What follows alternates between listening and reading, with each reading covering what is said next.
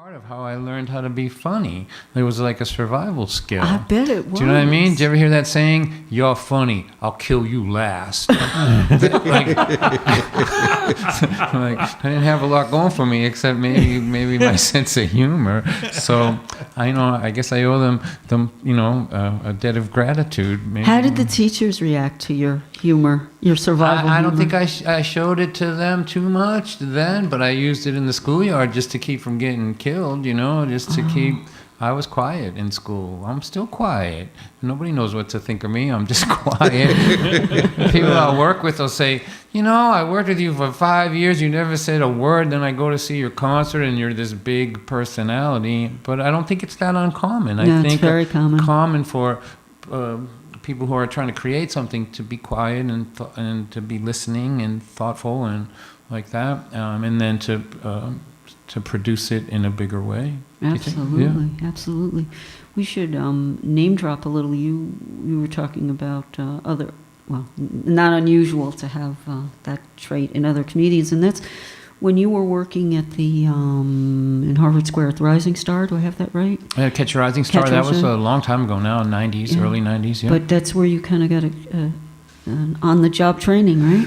Well, yes, I took it very seriously. We did 9 shows in 5 days, so it would be like 1 on Wednesday, 2 on Thursday, 3 on Saturday, like that. And there was 3 acts on the bill, all the same people, and I would study them all. Just watch the same guy do the same 45 minutes 9 times, and just look a little deeper into it each time, so that by the 4th or 5th time that I saw him do his act or her. I'd be thinking, look how he makes it seem like he's making this up every night. Or look how there's a big pause before this big punchline. So I used it as an education. Like, to me, watching something really good a lot of times in a row is a great way to learn, because you look deeper and deeper into it each time. Sure. So I really benefited from those few years there. Absolutely. Why don't we name drop a little? Because, boy, you've either opened for or shared the stage with some pretty impressive people. Dave Jackson.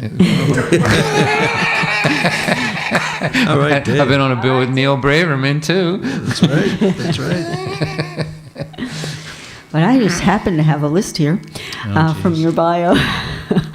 Arlo Guthrie, Richie Havens, Patty Larkin, Bill Morrissey, Tom Rush, Cheryl Wheeler, just to name a few. And then you toured for many shows for many years with Christine Lavin, right? Yeah, almost a little into 9 years, 8 plus years. We toured quite a lot.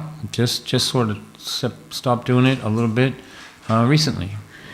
Neat, very good. Speaking of shows, we should start mentioning that you have a lot of performances coming up all around the New England area as well as out of state. Well, but one coming up on Cape Cod, right, in the Cultural Arts Center. Yep, July 14th. That I would really love it if people turned out to that. It's a very cool building. It was a bank.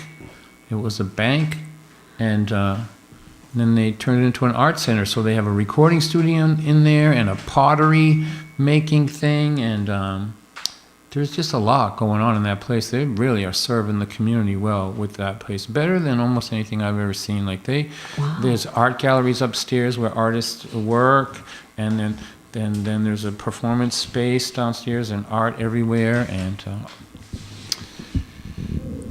it sounds like maybe something that we might want to look into doing a feature on the place itself if they were interested. I'll talk to them. I'll see them on July 14th. That's right. Down there. But and that's at 7:30. Mm-hmm. Yeah. And that's located at 307 Old Main Street in Yarmouth. Mm-hmm. Right? Very neat, very neat.